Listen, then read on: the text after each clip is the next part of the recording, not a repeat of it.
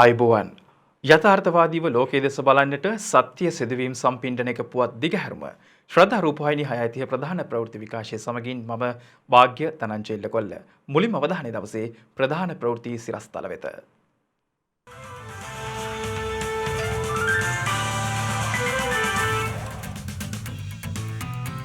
කලන මිතුදමට සපිරෙන වසර 8 ශ්‍රද්ධා රූපවාහිනී 8 වන සංවත්සරය අදයි.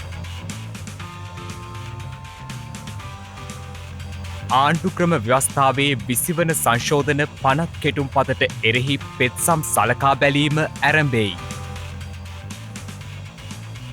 මහනුවර කඩා වැටුණු පස්මහල් නිවසේ හිමිකරු රක්ෂිත බන්ධනාගාරගත කෙරෙයි.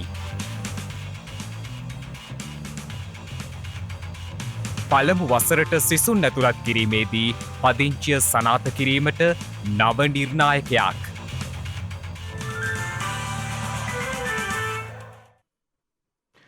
ස්වභාවිත මාධ්‍ය කලාවක් උදෙසා ජන මනස පෝෂණය කළ ශ්‍රද්ධා රූපවාහිනිය ආරම්භී අදට වසර 8ක් ගත වනවා.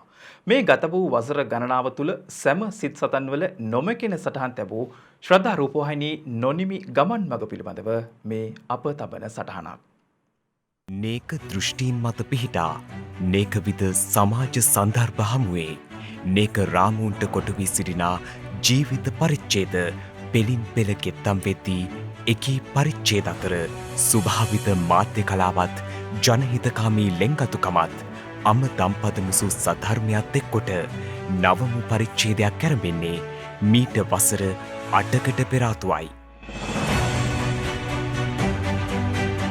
තරඟකාරී මාධ්‍යකරණයෙහි තරඟය පස කළා යථාවබෝධය ජනී ජනයාට අවබෝධ කරනුවස් කල්‍යාණ මිත්‍රත්වයේ ළඟින් රැඳි සුවිශේෂිතම මාධ්‍ය සන්නාමය ලෙසින් ශ්‍රද්ධා රූපවාහිනිය දියත පතලවිය.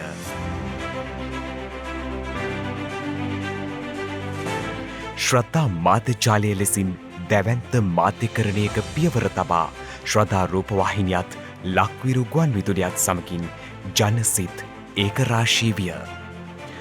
මිනිස් චිත්ත සන්තානයන් නේක වැඩ රාජකාරීන් හමුවේ වෙහෙස කරවුත් දුක්ඛිත වූත් විවිධ දෘෂ්ටීන් මතු කරද්දී දෙසවන්ද දෙනුවන්ද පිනවන බොහෝ දෑ වෙනුවට නෙත් සිත් පහදන අම දම්පද ශ්‍රද්ධා කල්‍යාණ මිත්‍රත්වයෙන් ඔබ වෙත දිගුය. මහමෙවුනාව භාවනාසපු සංචිතයේත් ශ්‍රද්ධා මාධ්‍යජාලයේත් නිර්මාතෘවර අතිපූජනීය කිරිබත්ගොඩ ඥානානන්ද පින්වත් ලොකු ස්වාමීන් වහන්සේගේ ධර්ම මෙහෙවරෙහි තවත් ප්‍රබල නිමවුමක් ලෙස අද වන විට ශ්‍රද්ධා රූපවාහිනිය පසු කළ පරිච්ඡේද සියල්ලක්ම පහේ හරවත් ප්‍රස්තුතයක්. සදහම් දේශනා නුවණැස පාදමින් ඔබේ සිත් සුවපත් කළ බව අමුතුවෙන් සඳහන් කළ යුතු නොවන්නේ එහි ප්‍රබලම සාක්ෂිකරුවන් ඔබ නිසාවෙන්. එකී සදහම් මාවත තුළම යෞවනත්වය වෙනුවෙනුත් ළමා මනස පෝෂණය කරනු පිණිසත් වයස් භේදයකින් තොරව සැමට ග්‍රහණය කරගත හැකි විවිධ වැඩසටහන් අප ඔබ වෙත ගෙනාවේ. නොවෙතකත් යැයි බැහැර කළ බොහෝ මාධ්‍ය සම්ප්‍රදායන් අතර වැදගත්ම සංකල්පයන් ලොවට දායාද කරමු. මාධ්‍යකරණයෙන් ඔබට ගොස් නේක ජනයාට හිතසුව පිණිස ජනහිතකාමී මාධ්‍ය කලාවක් ස්ථාපිත කරන්නට පුරා 8 වසරක් තුළ අපට හැකිවිය. මහමෙවුනාව භාවනාසපු සංචිතයත් ශ්‍රද්ධා මාධ්‍යජාලයත් එක්ව ශ්‍රද්ධා සමාජ සත්කාරංශය සමග දියත් කරනු ලබන ශ්‍රද්ධා අභයදාන පුණ්‍ය ව්‍යාපෘතිය, ශ්‍රද්ධා අධ්‍යාපන ශිෂ්‍යත්ව, ශ්‍රද්ධා රුධිරදාන, ශ්‍රද්ධා අක්ෂිදාන, ශ්‍රද්ධා ගිලානදාන, සම්බුද්ධ ප්‍රතිමා පූජා, සරණක් අවැසි ජනයා සොයා දියත් කළ පිවිතුරු පැන් පූජා පුණ්‍ය ව්‍යාපෘතියද ඒ අතර ප්‍රධාන වෙයි.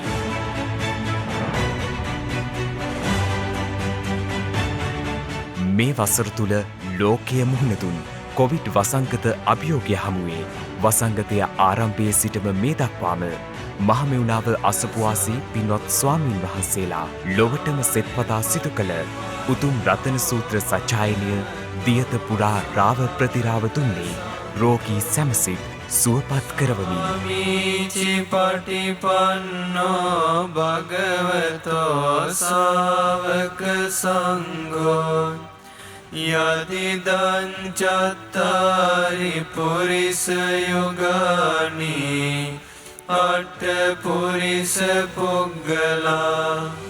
මෙකී සියලු ප්‍රගමනයන් අතර සමාජ කතිකාවත ශ්‍රද්ධා රූපවාහිනිය කෙරෙහි යොමු වූයේ හරවත්ම දෑ ලෝකයටම දායාද කිරීමේ සුවිශේෂත්වයක් සමගයි.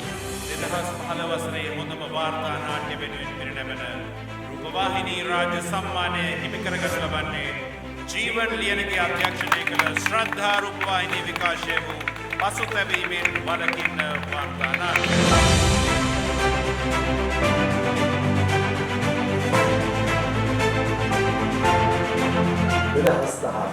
රූපවාහිනී කලා රාජ්‍ය සම්මානයේ ප්‍රශස්තම ඒකාංගික පිරිනැමීමේ සඳහාවන රාජ්‍ය සම්මානය හිමි කරගන්නේ ශ්‍රද්ධා රූපවාහිනී විකාශය වූ ලසිත කාර්යව සමාජාචරණය කළ ශෝභක ඒකාංගික සැකසීම. ඒ අතර බොහෝ අවස්ථාවන්හිදී ගත වූ 8 වසර තුළ සුවිශේෂී සම්මානයන්ට පාත්‍ර වෙමින් මාධ්‍යකරණයෙහි සුවිශේෂී සන්නාමයක් බවට ශ්‍රද්ධා රූපවාහිනිය පත්විය. ලොවටම ගෙන ගිය ශ්‍රද්ධා රූපවාහිනී වැඩසටහන් විකාශය අඛණ්ඩව විවිධ සම්මානයන්හි උරුමකාරීත්වයට හිමිකම් කීවේය.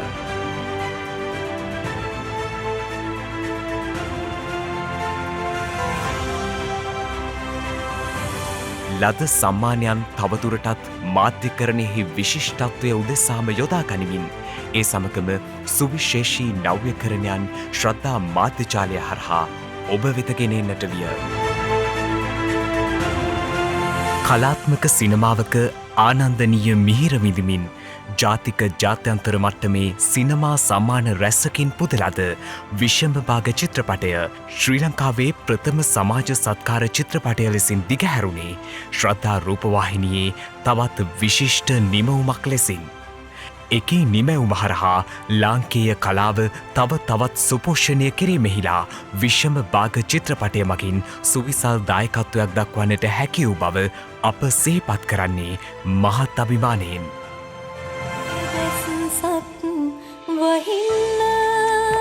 වහින්න වැස්සක් වහින්න වැස්සක් වහින්න වැස්සක් වහින්න වැස්සක්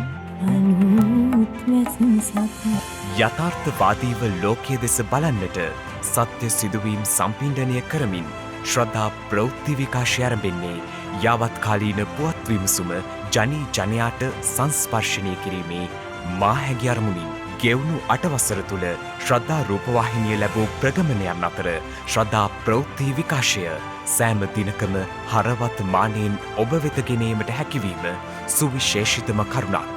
දිනපතා සිදුවන පුවත් පෙළින් පෙළ ගෙනෙමින් සත්‍ය නිරවුල් ප්‍රවෘත්ති සම්ප්‍රදාය බවට මෙවන විට ශ්‍රද්ධා ප්‍රවෘත්ති විකාශය පත්වී හමාරය. ආත්මාර්ථිත සමාජ රටාව තුළ පරාර්ථිත සලකුණක් වූවා නම් ඒ ශ්‍රද්ධා කල්යාණ මිත්‍රත්වයයි.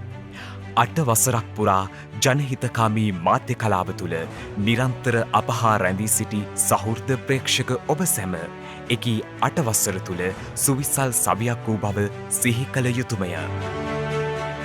ඇරඹුමේ සිට මේ දක්වා බිඳ වැටීම් සවිමත්ව සියල්ල සමාජ ප්‍රගමනය වෙනුවෙන් යොදා ගනිමින් සමාජ අවශ්‍යතාවය උදෙසා පෙරගමන් ගිය ශ්‍රද්ධා රූපවාහිනිය වසර 8කින් ඔබටද සුවහස්කල් ජන මනස සුවපත් කරන්නා වූ ශ්‍රද්ධා රූපවාහිනී මාධ්‍ය සංස්කෘතිය ඉදිරියට දිව යන බව නම් සනාතන කරුණක්.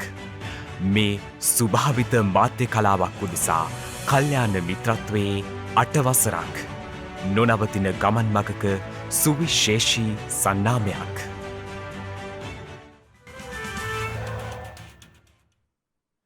විසිවන ආණ්ඩුක්‍රම ව්‍යවස්ථා සංශෝධන පනත් කෙටුම්පතට පාර්ලිමේන්තු කාරක සභා අවස්ථාවේදී සංශෝධන කිහිපයක් හඳුන්වා දීමට රජය තීරණය කර තිබෙනවා. නීතිපති දප්පුලද ලිවේරා මහතා අද ශ්‍රේෂ්ඨාධිකරණය හමුවේ මේ බව සඳහන් කළා. ආණ්ඩුව විසින් පාර්ලිමේන්තුවට ඉදිරිපත් කර ඇති ආණ්ඩුක්‍රම ව්‍යවස්ථාවේ 20 වන සංශෝධන පනත් කෙටුම්පත අභියෝගයට ලක් කරමින් ශ්‍රේෂ්ඨාධිකරණය හමුවේ ඉදිරිපත් වී ඇති පෙත්සම් සලකා බැලීම අද ආරම්භ කළා. 20 වන ආණ්ඩුක්‍රම ව්‍යවස්ථා සංශෝධන පනත් කෙටුම්පත අභියෝගයට ලක් කරමින් මේ වන විට ශ්‍රේෂ්ඨාධිකරණය හමුවේ පෙත්සම් 39ක් ගොනු කර තිබෙනවා. රජයේ විසින් පාර්ලිමේන්තුවට ඉදිරිපත් කර තිබෙන ආණ්ඩුක්‍රම ව්‍යවස්ථාවේ 20 වන සංශෝධන පනත් කෙටුම්පතට පාර්ලිමේන්තු කාරක සභා අවස්ථාවේදී සංශෝධන කිහිපයක් හඳුන්වා දීමට රජය තීරණය කර ඇති බව නීතිපති දප්පුල දෙලිවේරා මහතා අද ශ්‍රේෂ්ඨාධිකරණය හමුවේ ප්‍රකාශ කළා. 20 වන සංශෝධන පනත් කෙටුම්පත අභියෝගයට ලක් කරමින් ගොනු කර තිබෙන පෙත්සම් අද ශ්‍රේෂ්ඨාධිකරණය හමුවේ විභාගයට ගැනීම ආරම්භ වූ අවස්ථාවේදී නීතිපතිවරයා මෙම දැනුම් දීම සිදු කර ඇත්තේ. මෙදී නීතිපතිවරයා අධිකරණයට දන්වා සිටියේ කාරක සභා අවස්ථාවේදී සිදු කිරීමට නියමිත සංශෝධන අඩංගු ලේඛනයක් මෝසමක් මාර්ගයෙන් දැනටමත් අධිකරණය හමුවේ ගොනු කර ඇති බවයි. අධිකරණය හමුවේ ගොනු කර තිබෙන අදාළ සංශෝධන අඩංගු ලේඛනය තමන් වෙතට ලබා දෙන ලෙස පෙත්සම්කාර පාර්ශවය වෙනුවෙන් පෙනී සිටි නීතිඥවරුන් අධිකරණයෙන් ඉල්ලීමක් කළා.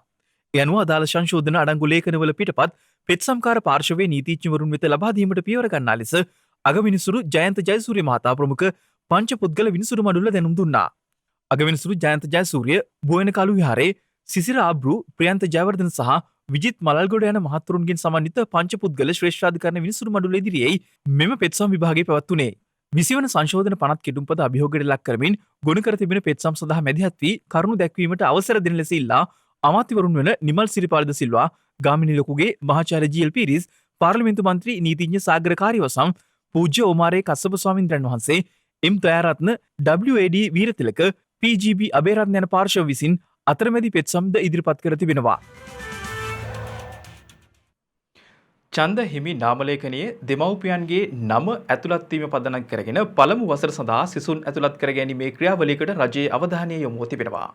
මේ පිළිබඳව අද පැවති කැබිනට් මාධ්‍ය හමුවේදී පළ වූ අදහස් සහ තවත් අමාත්‍ය මණ්ඩල තීරණ කිහිපයක්. මම හිතනවා ඉතාමත්ම දැවෙන ප්‍රශ්නයක් තමයිනේ එක වසරට ළමයි ඇතුළත් කිරීමේදී බොහෝ දෙනෙකුට තමන්ගේ ඔප්පුව ඉදිරිපත් කිරීමට නොහැකි වීම. පළක් අවස්ථාවලදී අපි දකිනවා ලකුණු 20ක් මම ලබා දෙනවා. ඒ ලකුණු 20 ලබා දීමේදී තමන්ගේ ඔප්පුව ඉදිරිපත් කරන්න නොහැකි වුණොත් එයට ඒ ලකුණු නොලැබීම උඩ ඒ ළමයි ඇතුළත් කිරීමට බැරි වෙනවා. අපි මේ නිසා ඒකට විසඳුමක් හැටියට ඡන්දනාම ලයිස්තුවේ වසර 5ක දිගින් දිගටම නම සඳහන් වෙලා තිබෙනවා නම් පවුලේ අනිකුත් ග්‍රාම සේවක සහ අනිකුත් බලධාරීන් විසින් මේ සහතික කරනවා නම් ඒ සහතිකයක් හැටියට අරගෙන ඔවුන්ගේ පදිංචිය සනාථ කරලා ඒ වැරද්ද නිවැරදි කිරීමට කටයුතු කළ යුතුයි කියන මතවාදයට එහෙම නැත්නම් ඒ අදහස ඉදිරිපත් වුණා.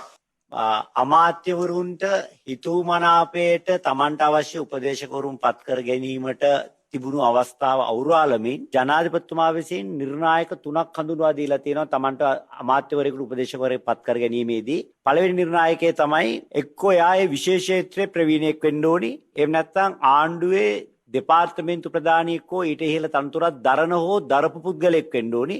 එහෙම නැත්නම් පෞද්ගලික අංශයේ ජ්‍යෙෂ්ඨ මට්ටමේ තනතුරක් දරපු පුද්ගලෙක් වෙන්න ඕනි. ඒ නිර්ණායක තුනෙන් එකට අහුවෙන පුද්ගලෙකු පමණයි අමාත්‍යවරයෙකුට තමන්ගේ උපදේශකෙක් ලෙස පත් කරගන්නට අවස්ථාව තියෙන්නේ. ඒ වගේම අපි දීර්ඝ කාලීන අධ්‍යයනයකින් හඳුනගෙන තියෙනවා ලංකාවේ සාල් මිල ඉහළම යන කාලය තමයි ඔක්තෝබර් සිට ජනවාරි දක්වා. විශේෂයෙන් වසර අග සාල් මිල ඉහළ යාමක් ඇති වෙනවා. මේ තත්ත්වය වළක්වා ගැනීම සඳහා 2020 ඔක්තෝබර් මාසයේ සිට 2021 ජනවාරි මාසය දක්වා මාස 4ක කාලය සඳහා සහල් මෙට්‍රික් ටොන් 25000ක ආරක්ෂිත තොගයක් සතොස මගින් පවත්වාගෙන යාමටත් ඒකට අවශ්‍ය අරමුදල් සම්පාදනය කර දීමටත් ඒ අමාත්‍ය මණ්ඩලය තීරණය කරා. ඒ වගේම නැගෙනහිර පළාතේ පිහිටා තිබෙන විශාලතම චෛත්‍යය වන ශ්‍රී ලංකාවේ පිහිටා තිබෙන සිව්වන විශාලතම චෛත්‍යය වන දීඝවාපී චෛත්‍ය ප්‍රතිසංස්කරණය වහාම ආරම්භ කළ යුතුයයි නැගෙනහිර පළාතේ පුරාවස්තු සංරක්ෂණය සඳහා පිහිටුවා ඇති ජනාධිපති කාර්යසාධක බලකාය තීරණය කළා තියෙනවා. මේ සඳහා රජයේ අරමුදල් භාවිතා කරනවා වෙනුවට මේ රටේ ලෝකයේ පුරාත් සිටින බෞද්ධ සැදැහැවතුන්ගේ දායකත්වයෙන් දීඝවාපී චෛත්‍ය ප්‍රතිසංස්කරණය කිරීමේ අරමුණෙන් ඒ සඳහා සුවිශේෂී අරමුදලක් පිහිටුවීමටත් අමාත්‍ය මණ්ඩලය ඊයේ තීරණය කළා. අමාත්‍ය මණ්ඩලයේ අවධානය යොමු වුණා විශේෂම නායයන් පිළිබඳ භූකම්පන පිළිබඳ අධ්‍යයනයන් කරලා තියෙනවා. ඒ නිසා සෑම ප්‍රාදේශීය සභා පළාත් පාලන ආයතනයකම නිවාස ගොඩනැගිලි අනුමත කිරීමේ කමිටුවට NBRO ආයතනය හරහා අවදානම් හඳුනා ගැනීම පිළිබඳ ගොඩනැගිලි සම්බන්ධ ලබා දිය යුතු නිර්ණායක පිළිබඳ අවබෝධයක් ලබා දිය යුතුයි කියලා ඊයේ අමාත්‍ය මණ්ඩලය තීන්දුවක් ගත්තා. බොහෝ විට පළාත් පාලන සමහර කඩා වැටෙන ගොඩනැගිලි පළාත් පාලන ආයතනවල ගොඩනැගිලි අනුමත කිරීමේ කමිටුව විසින් අනුමත කරන ලද ගොඩනැගිලි. ඒ නිසා ඔවුන්ට නිසි දැනුම ලබා දීම සඳහා NBRO ආයතනය භාවිතා කරන්න ඊ අමාත්‍ය මණ්ඩලය තීරණය කළා. වතු ජනතාවට නිවාස සම්පාදනයේදී ලයිම ආශ්‍රිතව එම ඉදිකිරීම් සිදුකිරීමේ අවශ්‍යතාව ජනාධිපති ගෝඨාභය රාජපක්ෂ මහතාගේ සහ අග්‍රාමාත්‍ය මහින්ද රාජපක්ෂ මහතාගේ විමසුමට ලක්ව තිබෙනවා. වතු නිවාස හා ප්‍රජා යටිතල පහසුකම් පිළිබඳ රාජ්‍ය අමාත්‍යාංශයේ ඉදිරි සැලසුම් පිළිබඳව අද පැවති සාකච්ඡාවකදී මේ පිළිබඳව අවධානය යොමු වුණේ. නිවේදනයක් නියුත් කරමින් ජනාධිපති මාධ්‍යංශය සඳහන් කළේ ඉන්දිය රජයේ ආධාරය යටතේ වතු ජනතාව වෙනුවෙන් නිවාස 4000ක් ඉදිකිරීමේ ව්‍යාපෘතිය 2016 වසරේදී ආරම්භ කර තිබෙන බවයි. දැනට ඉදිකිරීම අවසන් කර ඇති නිවාස සංඛ්‍යාව 669ක් වන අතර යටිතල පහසුකම් සැපයීමේදී ඇතිවන ප්‍රායෝගික ගැටලු ඉදිකිරීම් ප්‍රමාදයට හේතු වූ බවයි නිලධාරීන් මෙහිදී සඳහන් කර ඇත්තේ. වතු ජනතාව ජීවත් වන ලයිම ආශ්‍රිත අත්‍යවශ්‍ය යටිතල පහසුකම් සපයා තිබෙන අතර එම නිසා ලයිම ආශ්‍රිතව නව නිවාස ඉදිකිරීමෙන් ව්‍යාපෘතියේ ප්‍රතිලාභ කඩිනමින් ජනතාවට දිය හැකි බවයි ජනාධිපතිතුමා සහ අගමැතිතුමා පෙන්වා දී ඇත්තේ. සිදුවිය යුත්තේ ඔවුන් ජීවත් වන පරිසරයේම සිට ජීවන තත්ත්වයේ නගා සිටවීම බව පෙන්වා දුන් ජනාධිපතිතුමා නිවාස සැලසුම් කිරීම රාජ්‍ය ඉංජිනේරු සංස්ථාවට පැවරීමෙන් ඉදිකිරීමේ ප්‍රමිතිය සහ ගුණාත්මක භාවය ඉහළ තත්ත්වයක පවත්වා ගත හැකි බවයි. වතු ජනතාවගේ ජීවන තත්ත්වය නගා සිටීමට රජය ගෙන යන වැඩපිළිවෙලට සමගාමීව පෞද්ගලික වතු සමාගම්ද තම යුතුකම් සහ වගකීම් කොට ඉටු කළ යුතු බවද මෙහිදී ජනාධිපතිතුමා අවධාරණය කර තිබෙනවා. වතු නිවාස සහ ප්‍රජා යටිතල පහසුකම් පිළිබඳ රාජ්‍ය අමාත්‍යාංශය, සෞඛ්‍ය, අධ්‍යාපන, කෘෂිකර්ම, නිවාස, ක්‍රීඩා ඇතුළු රේකී අමාත්‍යාංශවල සහාය ගනිමින් වතු ජනතාවගේ ජීවන තත්ත්වය නගා සිටීමට පියවර ගන්නයිද ජනාධිපතිතුමා මෙහිදී සඳහන් කළා. එමෙන්න වතු ආශ්‍රිත පෙර පාසල්, ප්‍රාථමික විද්‍යාල, සෞඛ්‍ය අවශ්‍යතාව වෙනුවෙන් වෛද්‍ය මධ්‍යස්ථාන සංවර්ධනය කළ යුතු බවද ජනාධිපතිතුමා සඳහන් කර ඇති අතර වතු ආශ්‍රිතව ජීවත් වන තරුණ තරුණියන් NVQ මට්ටමේ සහතිකයක් ගත හැකි මට්ටමින් වෘත්තීය පුහුණුවක් දී රැකී අවස්ථාවලට යොමු කිරීමේ ඇති වැදගත්කමද දීර්ඝ ලෙස සාකච්ඡා කර තිබෙනවා. 438ක් වන වතු ආශ්‍රිත ඇති සෞඛ්‍ය මධ්‍යස්ථාන රජයට පවරාගෙන ගුණාත්මක සේවයක් වතු ජනතාව වෙනුවෙන් කඩිනමින් ක්‍රියාත්මක කිරීමටද මෙහිදී අවධානය යොමු තිබෙනවා.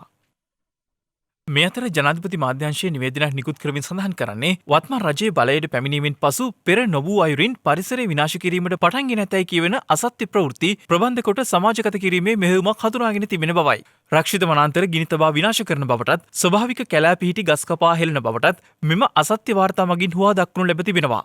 මින් පෙර කිසි කලක මෙබඳු පරිසර විනාශයක් සිදු නොවූ බවත් රජයේ එවැනි නීති විරෝධී ක්‍රියා හමුවේ නිහඬව සිටින බවත් ඒතු ගැන්වීමට මෙම පුවත් නිර්මාණය කරන අය උත්සාහ කරන බවයි ජනාධිපති මාධ්‍යංශයේ නිවේදනයක් නිකුත් කරමින් දන්වා ඇත්තේ. එවැනි වාර්තාවල මුළුමනින්ම අසත්‍ය හා විකෘති කරන ලද තොරතුරු ඇතුළත් බවට නිරීක්ෂණය වී ඇති බවද එම නිවේදනයෙහි වැඩිදුරටත් දැක්වෙනවා. පරිසර විනාශයක් ගැන කියවෙන අසත්‍ය ප්‍රවෘත්ති විශේෂයෙන්ම සමාජ මාධ්‍ය ඔස්සේ සහ ඇතැම් මුද්‍රිත මාධ්‍ය සහ රූපවාහිනී ගුවන්විදුලි මාධ්‍ය ඔස්සේ ප්‍රචාරය කරන අතර මෙසේ පළ කෙරෙන පුවත් අසත්‍ය බව කරුණු සහිතව සනාථ කළ විට ඒවා සමාජ මාධ්‍යයෙන් ඉවත් කර ගැනීමට පියවර ගන්නා බවයි ජනාධිපති මාධ්‍යාංශය සඳහන් කළේ. ඒ අනුව ජනතාව නොමග යනු පිණිස සිතාමතා අසත්‍ය ප්‍රවෘත්ති නිර්මාණය කොට විවිධ මාධ්‍ය ඔස්සේ සමාජගත කරන පිරිස් හඳුනාගෙන ඔවුන්ට එරෙහිව නීතිමය පියවර ගැනීමට රජය තීරණය කර ඇති බවයි ජනාධිපති මාධ්‍යාංශය නිකුත් කළ නිවේදනයෙහි දැක්වෙන්නේ. මේ වන විට මෙරටින් වාර්තා වන COVID-19 ආසාදිතයින්ගේ සංඛ්‍යාව 3363ක් දක්වා ඉහළ ගොස් තිබෙනවා. ඒ ඊයේ දිනේදී හඳුනාගත් නව ආසාදිතයින් තිදෙනාත් සමගින්.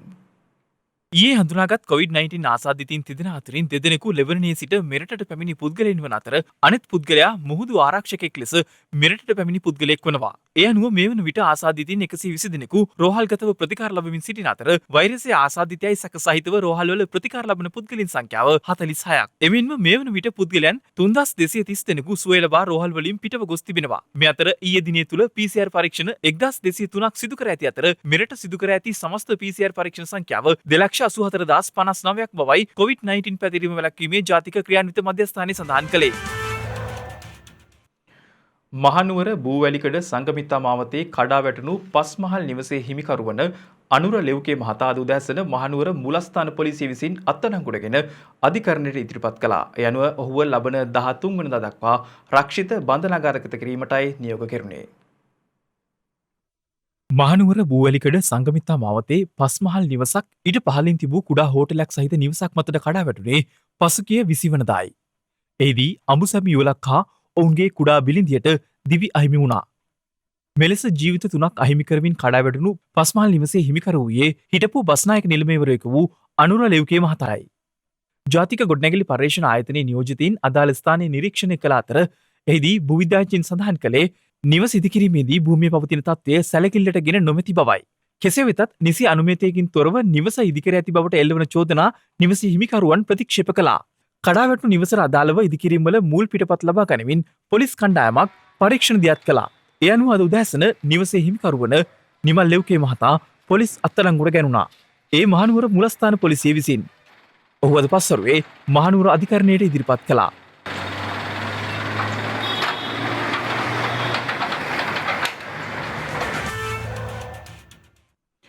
රාජ්‍ය භාෂා ප්‍රවීණතාව සම්පූර්ණ කිරීම සඳහා ලිඛිත හා වාචික පරීක්ෂණ වෙනුවට නිශ්චිත පැය ගණනක පාඨමාලා සම්පූර්ණ කර එම අවශ්‍යතාව සපුරා ගැනීමට හැකිවන පරිදි ඊට අදාළ ප්‍රතිපත්තිමය එකඟතාවයට එළඹීමට රජය තීරණය කර තිබෙනවා. නව විධිවිධාන සකසමින් එම එකඟතාවයට එළඹී ඇති බවයි රාජ්‍ය සේවා පළාත් සභා හා පළාත් පාලන අමාත්‍යාංශ ලේකම් ජේ.ජේ. රත්නසිරි මහතා සඳහන් කළේ. ඒ අනුව නිවේදනයක් නිකුත් කරමින් රජයේ ප්‍රවෘත්ති දෙපාර්තමේන්තුව සඳහන් කරන්නේ අනෙකුත් රාජ්‍ය භාෂා ප්‍රවීණතාවය සම්පූර්ණ කර ගැනීම සඳහා දැනට පවතින ක්‍රමවේදය වෙනස් කළ යුතු බවට විවිධ පාර්ශව වෙතින් එල්ල වූ නියෝජනයන් සැලකිල්ලට ගනිමින් මෙම නව විධිවිධාන සකසා ඊට අදාළ යෝජනා අමාත්‍ය මණ්ඩලය වෙත යොමු කිරීමට අවශ්‍ය විධිවිධාන ගෙන ඇති බව රාජ්‍ය සේවා පළාත් සභා හා පළාත් පාලන අමාත්‍යාංශය සඳහන් කර ඇති බවයි. මෙම රාජ්‍ය භාෂා ප්‍රවීණතාව සම්පූර්ණ කර ගැනීම සඳහා දැනට පවතින ක්‍රමවේද වෙනස් කිරීමට අදාළ යෝජනා අතර 2020 6.30 වන දින තෙක් ලබා දී තිබූ අතර අනෙක් රාජ්‍ය භාෂා ප්‍රවීණතාව සම්පූර්ණ කිරීම සඳහා වන සහන කාලය තවදුරටත් දීර්ඝ කිරීමේ යෝජනාවක්ද ඊට ඇතුළත්ව තිබෙනවා. ඒ හේයින් අමාත්‍ය මණ්ඩලයේ අනුමැතිය ලද පසු වැටුප් වර්ධක නතර වූ නිලධාරීන්ට තමන්ගේ වැටුප් වර්ධක ලබා ගැනීමට තිබූ බාධාව මෙයින් ඉවත්ව ගොස් තිබෙන බවයි මෙම නිවේදනයෙන් දක්වා ඇත්තේ. එසේ වුවද කිසියම් නිලධාරියෙකුගේ සේවා ව්‍යවස්ථාවේ හෝ බඳවා ගැනීමේ පටිපාටියේ කිසියම් පන්තියකට ශ්‍රේණියකට උසස් වීමේ අවශ්‍යතාවයක් ලෙස අනෙක් රාජ්‍ය භාෂා ප්‍රවීණතාව සම්පූර්ණ කළ යුතු තිබෙනවා. අපරාධ දූෂණ හා මත්ද්‍රව්‍ය මර්ධනය වෙනුවෙන් කැප වූ පොලිස් නිලධාරීන් නැගීමේ උත්සවයක් අද කොළඹදී පැවැත්වුණා. මෙම විශේෂ වැඩසටහන අද පැවැත්වුණේ බස්නාහිර දකුණු දිසාව භාර නියෝජ්‍ය පොලිස්පති කපිල කටුපිටිය මහතාගේ ප්‍රධානත්වයෙන්. ඒ මිරිහාන නුගේගොඩ පොලිස් කොට්ටාසේදී.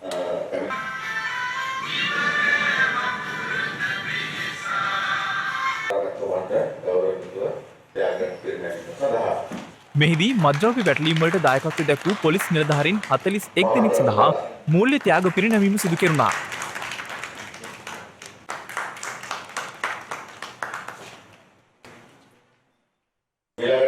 මෙහිදී වැටලීමේ ස්වභාවය අනුව රුපියල් 5000 සිට ලක්ෂ 3 දක්වා වූ මූල්‍ය ත්‍යාග පිරිනැමුණා. ලක්ෂ 100කට අධික සංඛ්‍යාවක් දැනට ගෙවලා තියෙන නිලධාරීන් සඳහා ඒ වගේම කාර්යභාරය නිසා නිලධාරීන් මේ කරන ක්‍රියාදාමය තුළ සමහර ජීවිතය පරදුවට තියලා තමන් කාලය පැය 24ම රාජකාරී කළා. ඇත්තටම මේ කරන කාර්යභාරය කරන්නේ මහඟු කාර්යභාරයක්. අපි කරන්නේ මහ ජනතාවට ජීවත් වීම සඳහා නිවහල් නිදහස් පරිසරයක් නිර්මාණය කරන්න. මම හිතන්නේ මේ නිර්මාණය කිරීමේදී ඔබ කරන රාජකාරී කාලයේ සාමාන්‍ය රජ නිලධාරීන් කරන රාජකාරී කාලයකට වඩා වැඩි ප්‍රමාණයක් කළා ඒ ජීවිත අවදානමත් නොතකා වැඩ කිරීමක් තුළින් මම හිතන්නේ ඔබට ලැබෙන මහඟු දායාදයක්.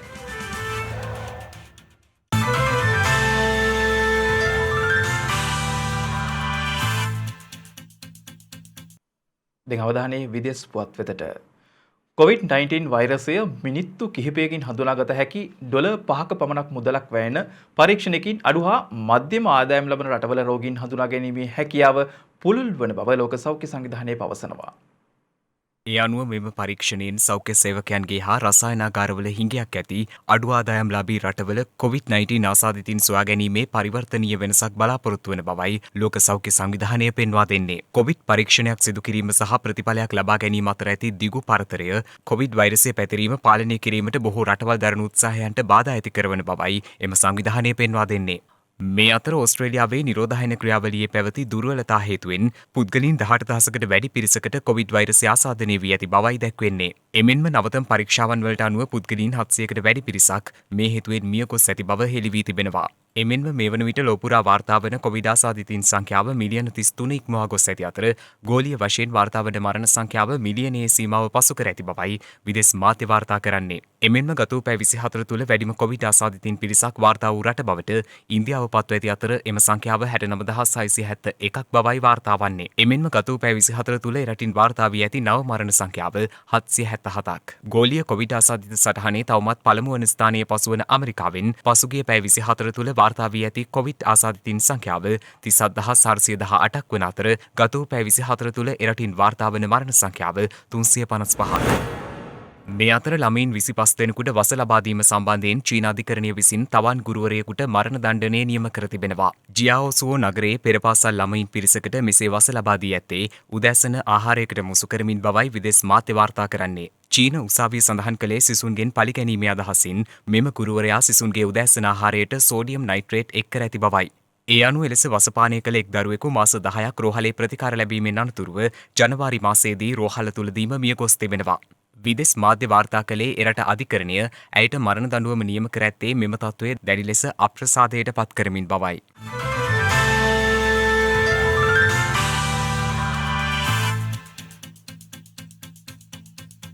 දිනක සටහන් නිමවන්නට මත්තෙන් හෙට දවසේ වැදගත්කමටයි මේ අවධානය.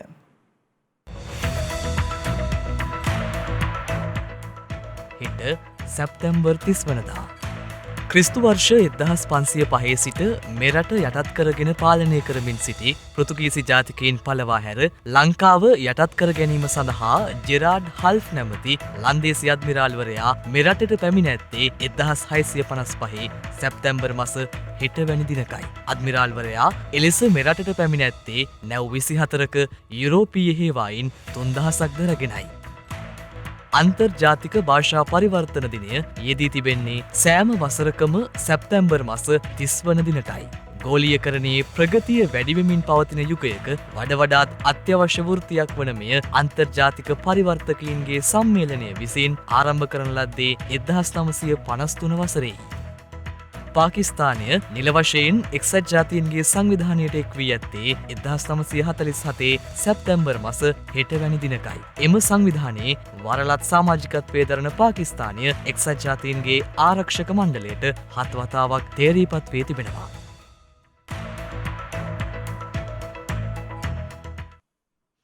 ඒත් සමගින් ශ්‍රද්ධා රූපවාහිනී ප්‍රධාන පුවත් විකාශය නිමාවට පත් වෙනවා. හමු වෙමු හෙටත් සවස 6:30ට. තෙරුවන් සරණයි. නමෝ බුද්ධාය.